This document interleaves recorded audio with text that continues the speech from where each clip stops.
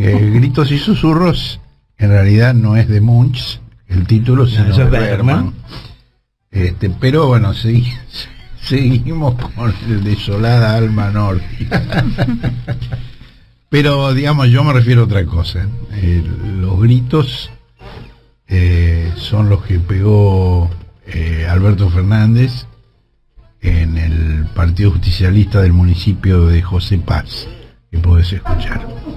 Yo necesito de todos y cada uno de ustedes que estén convencidos, porque quien quiera hacerme creer que en 2023 estamos perdidos, un carajo estamos perdidos. Bueno, es un estilo que no se le conocía al presidente, ¿no? Es el primer carajeo que yo le computo Está innovando. en casi 40 años que lo conozco. Bueno, eligió hacerlo en el municipio de José Paz, que Mario Ishi gobierna desde 1999, salvo 2 años en los cuales fue senador bonaerense, y es el mismo lugar que había elegido el 8 de marzo para anunciar que buscará un segundo mandato presidencial. Ya lo había anunciado allí. Bueno, poco después Santiago Cafiero, que es ministro de Relaciones Exteriores, pero digamos que tiene una proximidad personal y política muy estrecha con el presidente, había dicho que el único imprescindible es el presidente. Una senadora le recordó que también la vicepresidenta fue electa por el voto popular, no solo él. Sin entrar en otro detalle. Bueno, no es la única enmienda que ha sufrido Cafiero en los últimos días. Le devolvieron la gentileza que él le infirió a Felipe Solá. ¿Hablas de cuando se enteró que ya no era más ministro de Relaciones Exteriores en pleno viaje? Exactamente. Le pasó lo mismo a Santiago. El Papa Francisco le hizo saber que cancelaba la audiencia programada cuando el canciller ya había emprendido el viaje. Pero lo peor fue el motivo. Al Pontífice Universal le duele la rodilla argentina. Y por eso no pudo recibirlo. Pero en cambio, sí pudo recibir a Joaquín Morales Solá. Mira. Y a Guado de Pedro. Se ve que la rodilla tiene sus días buenos y sus días malos. Como la humedad. Como la humedad, sí, exactamente. Lo de Morales Solá fue para hacer una nueva exhibición de su maestría en el manejo de la ambigüedad, porque se había difundido una carta que el Papa le había enviado al periodista Gustavo Silvestre, donde le había dicho que los periodistas suelen caer en los pecados de la desinformación, las calumnias, la difamación y la coprofilia. La coprofilia... Qué feo hablar de eso mientras uno está comiendo una media luna. Sí. Pero bueno, es una palabra difícil, de modo que no necesariamente tenés que representarte. ¿Ustedes conocen el chiste del gallego que se fue a California? No. Bueno, volvió 40 años después a su pueblo y todo el mundo le preguntaba cómo era Estados Unidos y que contara. Y él dijo, bien, todo bien, dice, pero el idioma, dice, por ejemplo, a la lechuza le llaman owl. Está bien, tú escuchas owl y sabes que es la lechuza. Pero en cambio tú dices lechuza y que la estás viendo. Bueno, con profilia es como owl. Por suerte no la estás viendo. No. Bueno, ahora Joaquín Morales Solá le preguntó, pero ¿por qué dijo eso de los periodistas? Y usted quería que se difundiera eso. Y él le dijo, no, yo le pedí a Silvestre que no publicara la carta. La carta no dice eso. La carta, además digo, cuando vos sos papa, mandas una carta a un periodista manuscrita con membrete a un periodista, bueno, y además dijo que no, él no quiso decir que los periodistas fueran así, sino que es una de las tentaciones en las que pueden verse expuestos los periodistas, igual que los sacerdotes, los obispos y hasta los papas. Pero lo de las tentaciones es un agregado posterior. En la carta no habla de tentaciones. La carta dice que suelen caer en los pecados, etcétera, etcétera. Bueno, pero esto es anecdótico. Volvamos a lo importante, ¿no? El carajeo presidencial.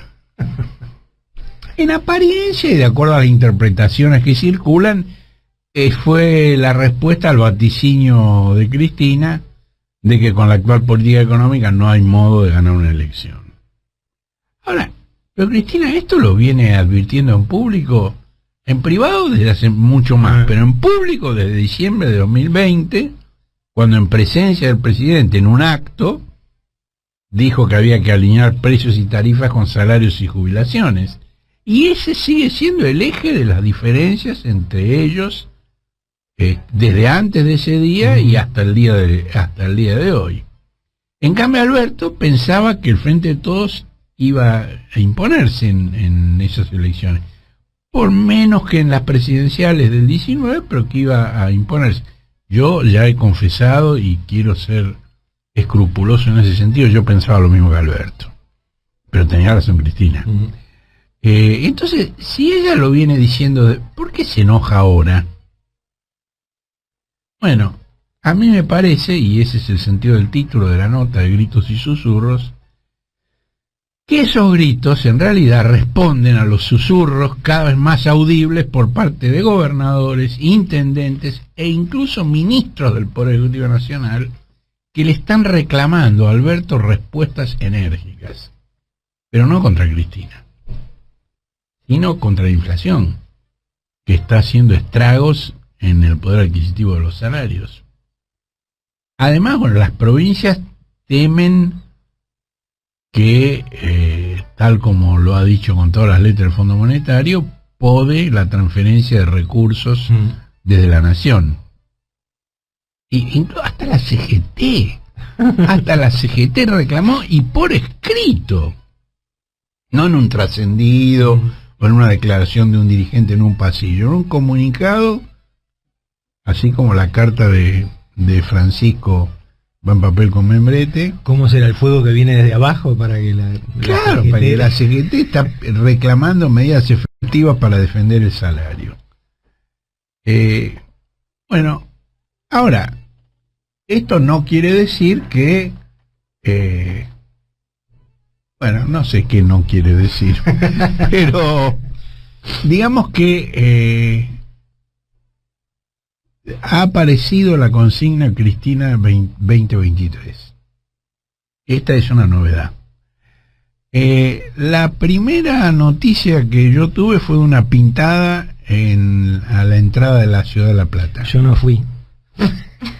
No, claro, por la duda. No, claro que no. Claro, vos vas todos los días a La Plata. Casi, sí. ¿Pero la viste, la pintada? No la vi. A la entrada de la ciudad. Mañana me fijo. A la entrada de la ciudad está. Bueno, no tienen firma, nadie las reivindica como propias, pero, bueno, yo hice algunas consultas y desde el camporismo dijeron que no sabían nada, y hubo una cosa, lo más específico que pude obtener fue: debe ser una respuesta a Tolosa Paz. Bueno, ¿por qué?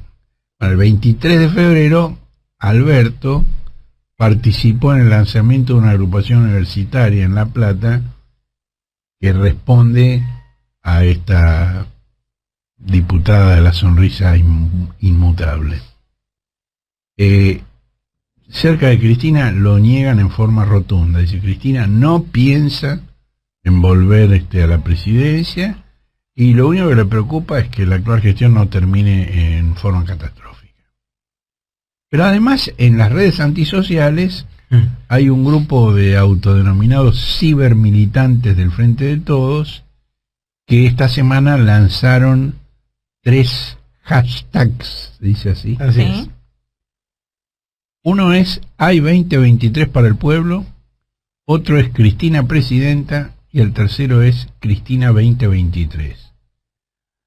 Pero no solo, digamos, los cibermilitantes anónimos, sino también un dirigente de la CGT, del gremio de los curtidores, Walter Correa, y también, es lo más significativo, Carlos Bianco. Carlos Bianco es el jefe de asesores de Axel Kicillof en la provincia de Buenos Aires. Digo, mi candidata es Cristina.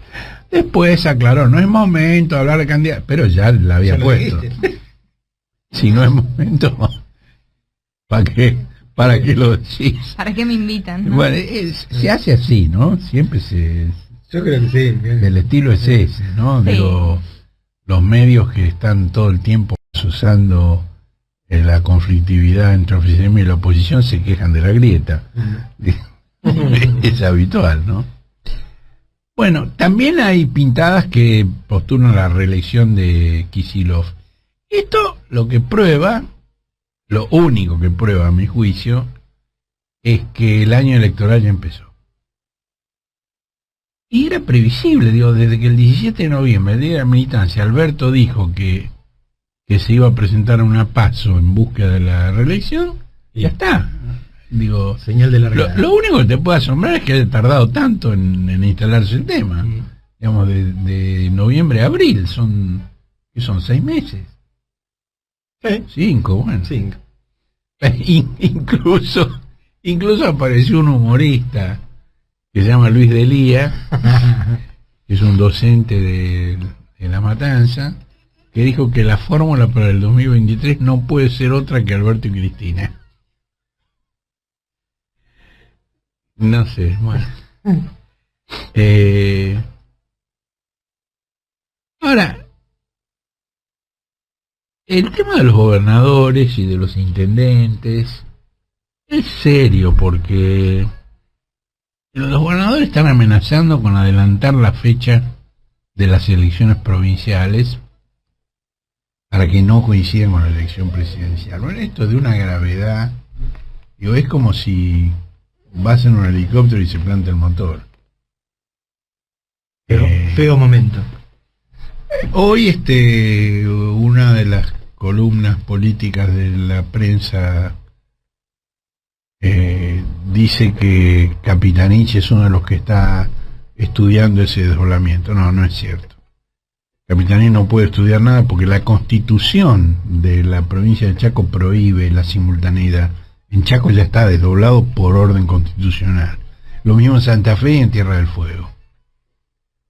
Quienes están estudiando el desdoblamiento son Formosa, Buenos Aires, Santiago del Estero, Catamarca y Córdoba.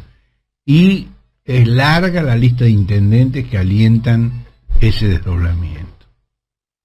Bueno, los gobernadores habían tenido una reunión donde se plantearon estas cosas en el Consejo Federal de Inversiones, que es un lugar habitual de reunión de los gobernadores desde la década del 60. Y habían anunciado una segunda reunión. Bueno, un colaborador presidencial estuvo llamando a los gobernadores para que no hicieran la reunión. No consiguió evitar la reunión, sí consiguió evitar la publicidad de la reunión. Acordaron hacerla igual a pesar del pedido presidencial, pero no darle difusión. Y ahí, en esa segunda reunión, se planteó,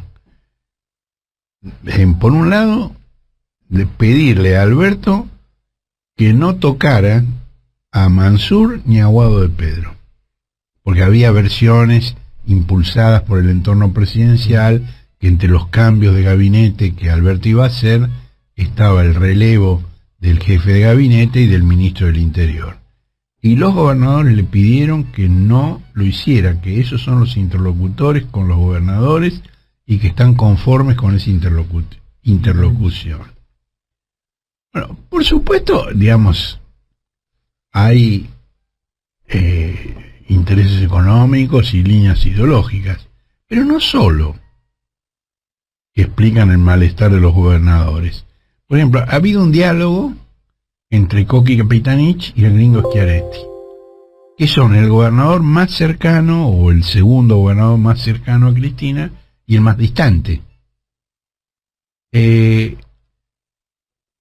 sobre qué eje se produce ese encuentro entre Coqui y el gringo? Bueno, sobre un eje que no goza de muy buena prensa, no hay muchas notas sobre el tema, pero que se manifiesta con fuerza, que es el fastidio de los provincianos con un gobierno que perciben como excesivamente porteño. A pesar de que es uno de los temas que más le gusta a Alberto Y sí, mencionar, pero el tema del federalismo de su gobierno. Pero la pregunta es ¿por qué lo menciona tanto? Me parece que eres consciente de que ahí hay un nudo de problema. Y en un viaje que hizo a Tucumán hace unos 10 días, dentro de ese programa que anunció al asumir de las llamadas capitales alternas, Alberto volvió a decir, tuvo muy poca repercusión, y habría que preguntarse por qué esas cosas tienen tan poca repercusión. Volvió a decir que la capital federal debería mudarse al Norte Grande. ¿Ustedes lo habían registrado? Bueno, No. Lo dijo hace 10 días en Tucumán. Bueno, ¿se acuerdan que Alfonsín llegó a anunciar el traslado de la capital a Vietnam del Sur? Al sur y al frío, decía Alfonsín, y no se realizó. Brasil sí hizo realidad la mudanza de la capital de Río de Janeiro a Brasilia, en el corazón de la Amazonía, tenía un sentido muy claro de expansión territorial hacia el interior, y de alguna manera fue exitosa esa mudanza.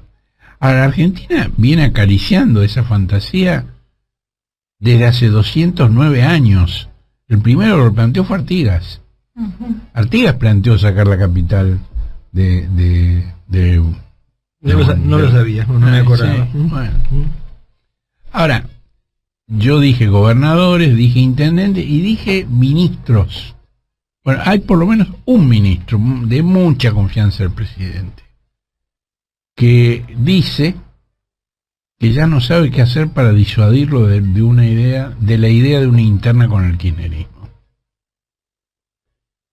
Y le dijo, si nuestros votos son el 30% del electorado, el 28% sigue a Cristina. Bueno, sin embargo, digamos, los eviteros mantienen la ficción contraria, a pesar de la experiencia que ya hicieron hace 5 años, ¿no? Y digamos, ven esa posible confrontación como una opción win-win, es decir, ganadora-ganadora. ¿Por qué? Porque en su rol de administradores de la pobreza han aprendido a medrar bajo gobiernos distintos. Sí, con Mauricio no le fue nada mal. No, al contrario, todo lo contrario. Y ahora están anunciando una marcha para el 1 de mayo en apoyo al presidente y al anunciado tributo a la renta inesperada. Y Alberto hizo un acto con ellos, con los eviteros, en San Martín, donde también, digamos, se habló de la renta inesperada, del tributo a la renta inesperada. Ahora, ¿existe ese tributo? Hay más que dudas al respecto, porque ¿ustedes se acuerdan cómo lo introdujo Guzmán? Sentado junto al presidente, en un lindo escritorio, delante del escudo dorado, en el salón blanco. Ahora, el anuncio fue tan vago como el de la guerra contra la inflación. Guzmán dijo que en las próximas semanas puede decir meses, Claro. Iba a iniciar consultas con las cámaras patronales para elaborar el proyecto. O sea, con un poco de suerte se consiguen elaborar el proyecto para fines de septiembre del año que viene, ¿no? Y el matutino Clarín el viernes, en una nota de opinión que se titula nada menos que Los tropiezos de Cristina. Parece una película vodevil de primera Es más largo el título, pero empieza con los tropiezos de Cristina. Bueno, en esa nota, Clarín cuenta un diálogo que atribuye a Guzmán y al CEO. El CEO es el Chief Executive Officer, es decir, el principal ejecutivo de una poderosa cerealera. Son los calificativos de Clarín. El tipo le dice a Guzmán, pero vos sabés que ese proyecto no pasa el Congreso. Y Guzmán le contesta, según la versión de Clarín, no se va a aprobar, pero nosotros primereamos y le sacamos la bandera a Cristina. Bueno, eso tiene patas muy cortas, ¿no? Digo, es decir, hay una cosa concreta que es valiosa, que son los bonos que el gobierno anunció para compensar la mengua de los ingresos de los trabajadores precarios, de los informales, de los jubilados, para compensar la aceleración de los precios. Ahora, para el Estado son onerosos desde el punto de vista fiscal que está controlando el Fondo Monetario, pero para quienes los reciben no pasan de ser un paliativo que apenas modera durante un mes el desplome de sus ingresos. Mi abuela hubiese dicho pan para hoy, hambre para mañana, ¿no? Sí, digo, pero además, literalmente en este caso. y esto otra de las notas de hoy el cohete lo dice, después al mes siguiente el jubilado cuando no lo recibe no entiende por qué le bajaron el sueldo. Y sería una suerte que para el gobierno que no lo entendiera, digamos, ¿no? Bueno, esto lo reconoce incluso Emanuel Álvarez Agis, que es uno de los economistas de consulta del presidente.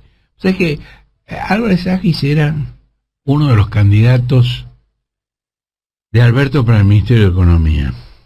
Uno, no el único. Hasta que Cristalina Georgieva le hizo saber que prefería a Guzmán.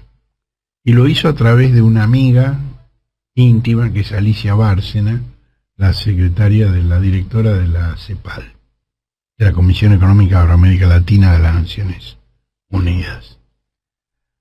Ahora, a pesar de que, digamos, la compensación que estos bonos implican es muy relativa, el Partido Justicialista, que ¿quién preside? Alberto Fernández. Imprimió y pegó unos carteles enormes de agradecimiento al gobierno de ¿quién? Alberto Fernández. Porque, comillas, el crecimiento es para todos. Bueno, otra curiosidad es la foto que ilustra esos carteles. El presidente agradecedor y agradecido está ahí junto con Tolosa Paz, cabeza de la lista derrotada hace 150 días. La pregunta que yo me hago es, ¿esto es el lanzamiento de una fórmula para el año que viene o solo un descuido?